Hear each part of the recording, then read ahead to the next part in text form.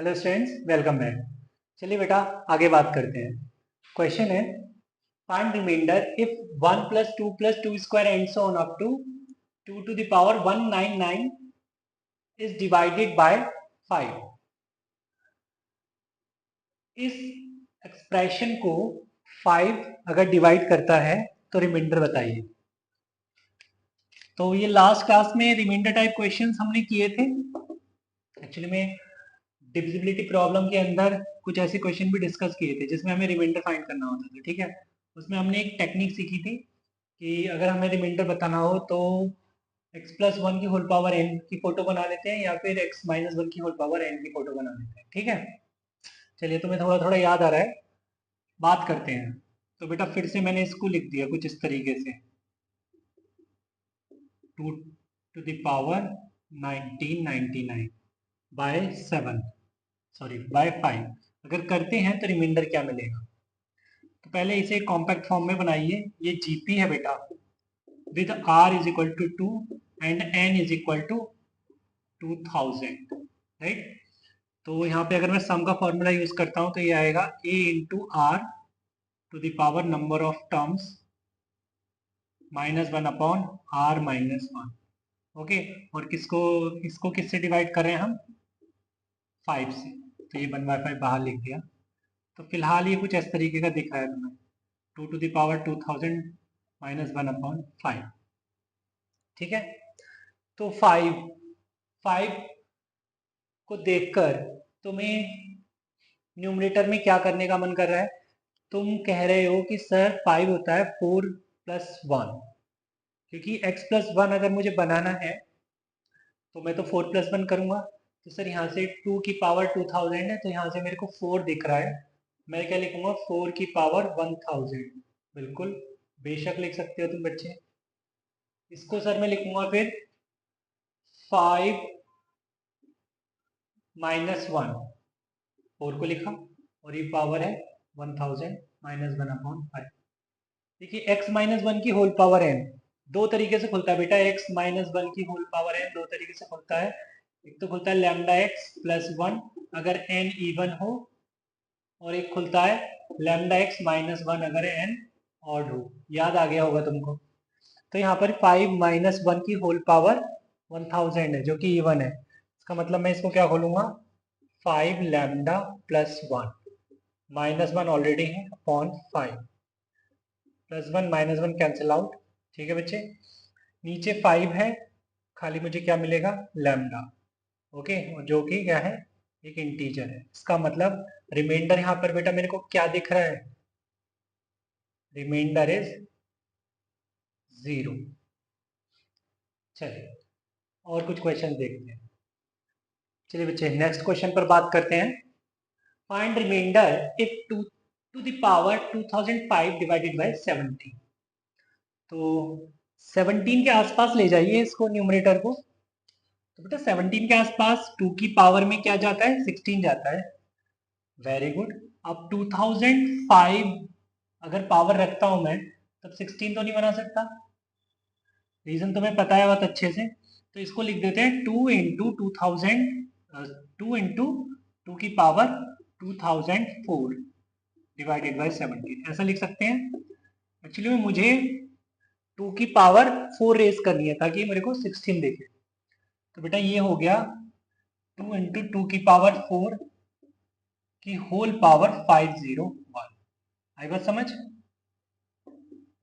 इसमें ना समझने वाला जैसा कुछ तो है ही नहीं। 16 को लिखा मैंने 17 माइनस 1 की होल पावर 501 अपॉन 17। ये ठीक है बच्चे। अब बेटा देखो लैम्डा एक्स माइनस 1 खुलेगा क्योंकि ये क्या है? ऑड है। तो ये खुला बच्चे 2 इंटू 17 लैम्डा माइनस 1 अपॉन 17। ठीक, अब अगर मैं अंदर मल्टीप्लाई करता हूं तो 34 lambda minus 2 upon 17, right. Plus 15 minus 15 करूंगा तो यहाँ पे -17 प्लस 15 अपॉन 17 जैसा कुछ दिखेगा तुमको।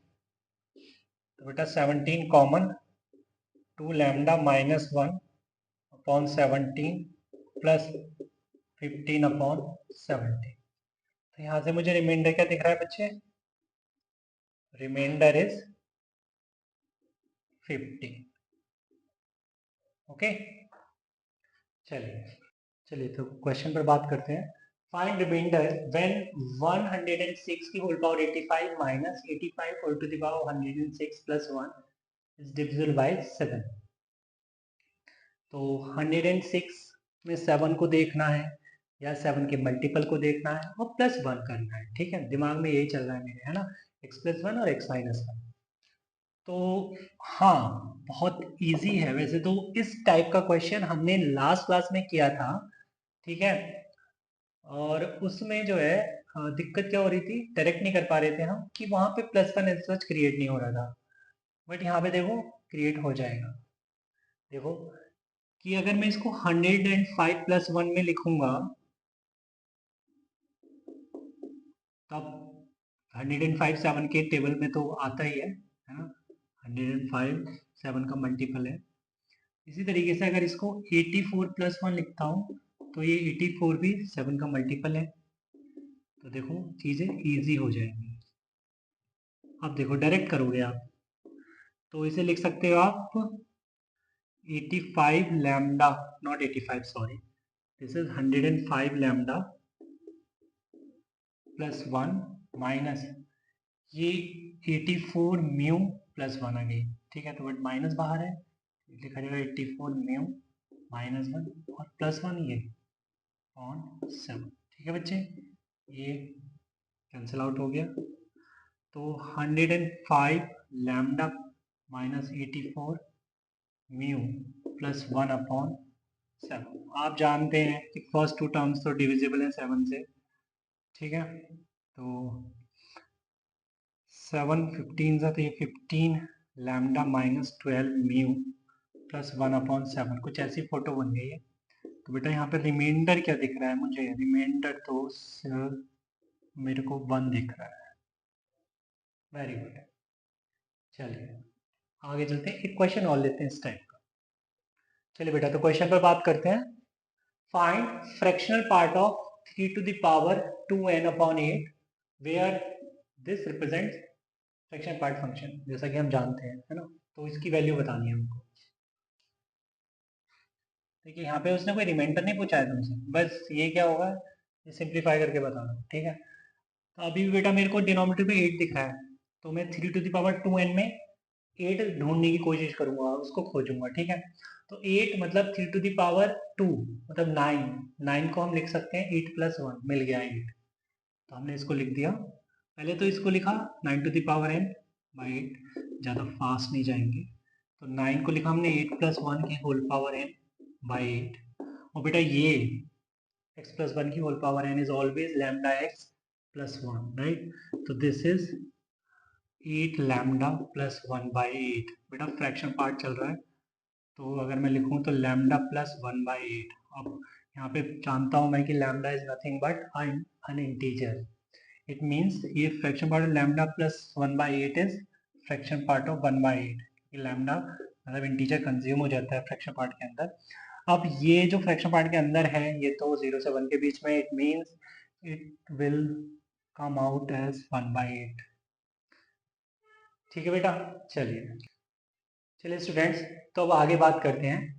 अब बात करते हैं नंबर ऑफ रैशनल और इंटीग्रल टर्म्स पर।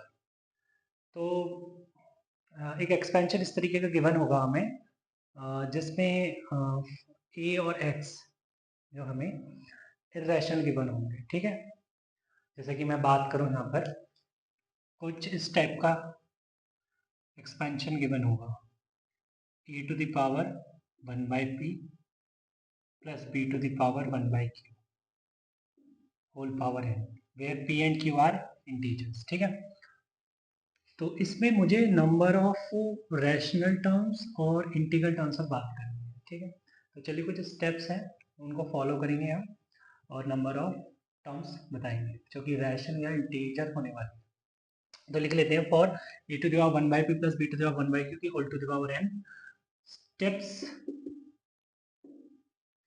For finding number of rational or integral terms. So first step is find general term. भाई सबसे पहले तो हमको जनरल टर्म लिखनी होगी, या राइट जनरल टर्म, जो भी एक्सपेंशन है इसका जनरल टर्म लिखेंगे. सेकेंड, फॉर, उसके बाद हम ये लिखेंगे write the values of r for which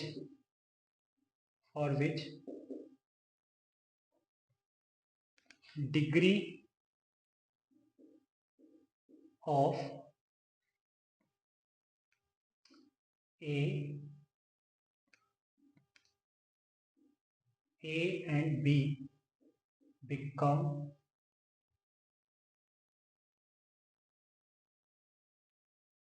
integer. ठीक है बेटा. अब हम वो वैल्यूज लिखेंगे आर की जिसको लेकर ए और बी की डिग्री जो है वो इंटीजर बने. Third point is for from two. Point number 2 से हमें क्या होगा, from two we will get 2 APs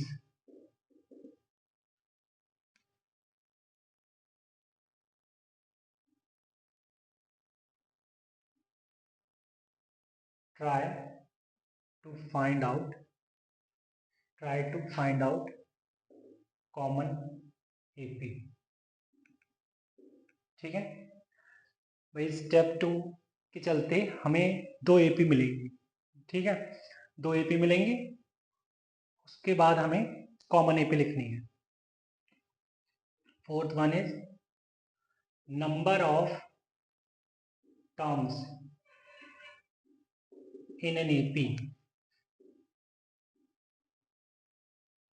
will be number in a common AP, or you can write in common AP will be number of rational or integral terms.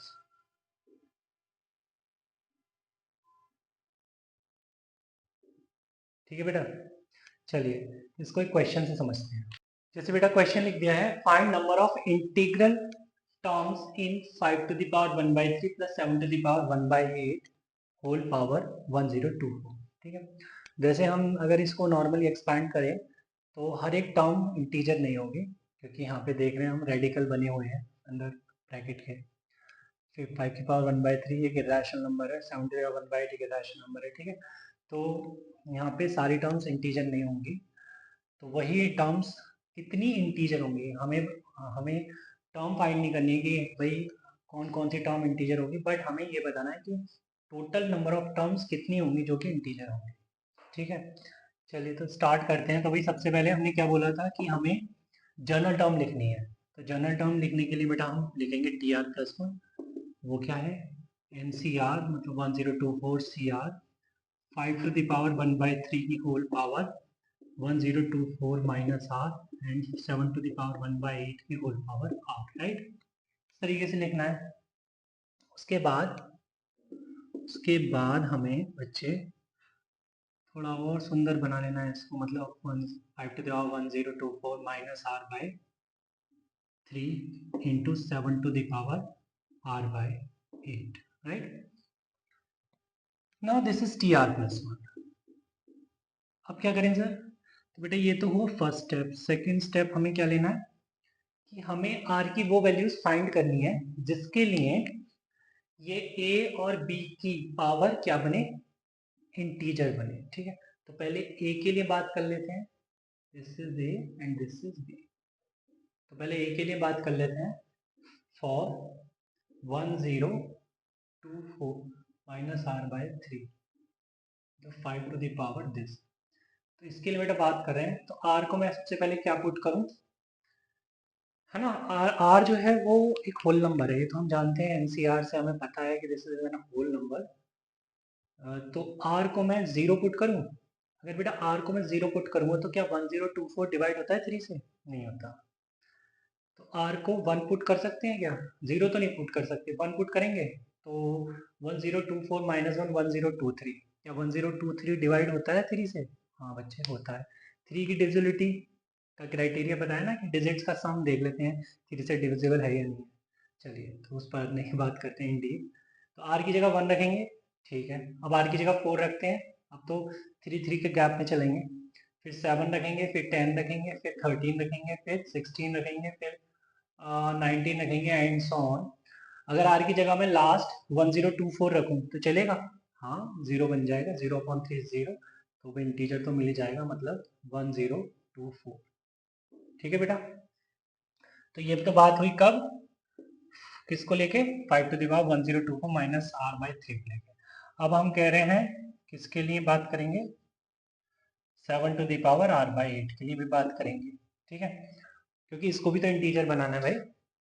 तो are की जगह हम बेटा क्या पुट कर सकते हैं, आर की जगह 0 पुट कर सकते हैं क्या, बिल्कुल पुट कर सकते हैं। उसके बाद 8 का गैप बना दो, 8 फिर 16 फिर 24 फिर एंड सो ऑन। ठीक है बेटा, ये लास्ट में क्या 1024 पुट कर सकते हैं, हाँ बेटा 1024 पुट कर सकते हैं, क्योंकि 8 इज डिविजिबल बाय 1024, है ना, सॉरी क्या बोल गया मैं, 1024 इज डिविजिबल बाय 8, राइट, तो ये 1024, ये ठीक है बेटा। चलिए, तो अब मुझे यहाँ पे दो, जो बात हुई थी ना 2 एपी बन जाएंगे, देखिए यहाँ पे 2 एपी बन चुके हैं, अब इसमें कॉमन एपी देखनी है।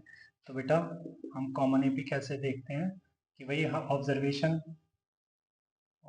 यूज करके हम फर्स्ट टर्म देख लेते हैं। तो फर्स्ट टर्म यहाँ पे बेटा 16 दिख रही है मुझे, तो 16, उसके बाद कॉमन डिफरेंस देख लीजिए, कॉमन डिफरेंस यहाँ पे कितना आ रहा है इन दोनों का, कॉमन डिफरेंस जो मिलेगा वो मिलेगा भाई, इसमें डिफरेंस चल रहा है, मतलब अगर D1 की बात करें तो D1 है 3 और D2 है 8, तो कॉमन डिफरेंस आ गया 3 8 जा 24, ठीक है। तो नेक्स्ट टर्म जो होने वाली है वो 40 होने वाली है, उसके बाद जो होने वाली है वो 64 होने वाली है एंड सो ऑन। तो लास्ट दोनों में 1024 दिख ही रही है, ठीक। तो नंबर ऑफ टर्म्स, डायरेक्ट बोलूँ बेटा नंबर ऑफ टर्म्स के लिए फॉर्मूला क्या यूज करते हैं हम, नंबर ऑफ टर्म्स के लिए फॉर्मूला तो याद होगा ना तुमको, एपी वाला, एपी में पढ़ा था, box of l minus a on d plus 1, तो नंबर ऑफ टर्म्स हो गई box of l that is 1024 minus a on d, d कितना बचे 24 प्लस 1, ठीक है। तो 1024 minus 16 that is 1008, 1008, this is box of 1008 by 24 plus 1 10, तो इसको अगर हम डिवाइड करते हैं 1008 को 24 से, तो हमें क्या मिलेगा, ये 24 4 96 होता है, ठीक है, एंड ये 4 4 ये गया 42, बेटा box of 42 is 42 plus 1 is 43, तो नंबर ऑफ इंटीग्रल टर्म्स जो आएंगे बेटा वो 43 आने वाले, राइट। चलिए एक शॉर्ट ट्रिक और है हमारे पास, जिसका यूज करके हम डायरेक्ट आंसर कर सकते हैं। देखिए बेटा यहीं पे वो शॉर्ट ट्रिक लिख लें, है ना, इतना स्पेस है तभी तो वो शॉर्ट ट्रिक भी है, इतना स्पेस में अगर आंसर नहीं आता है तो फिर काहे की शॉर्ट ट्रिक, तो पहले तो शॉर्ट ट्रिक लिखते हैं, है ना, शॉर्ट ट्रिक आंसर करने की, नंबर ऑफ टर्म्स, एक्चुअली में वो इंटीग्रल टर्म्स की बात हो रही है, box of n by LCM of d1 comma d2, है ना, ये एंड प्लस 1, सॉरी यहाँ पे प्लस 1, तो अगर बात करें n by LCM of d1 by n box of n by LCM of d1 d2 plus 1, तो n तो है 1024, n है 1024, 1024 upon LCM of d1 d2 वो तो देखा मैंने 24 है एंड प्लस 1, ठीक है। तो वो तो मुझे यहाँ से पता लग ही रहा है, दिस इज 42 प्लस 1 43, ठीक है बेटा। इसको देख के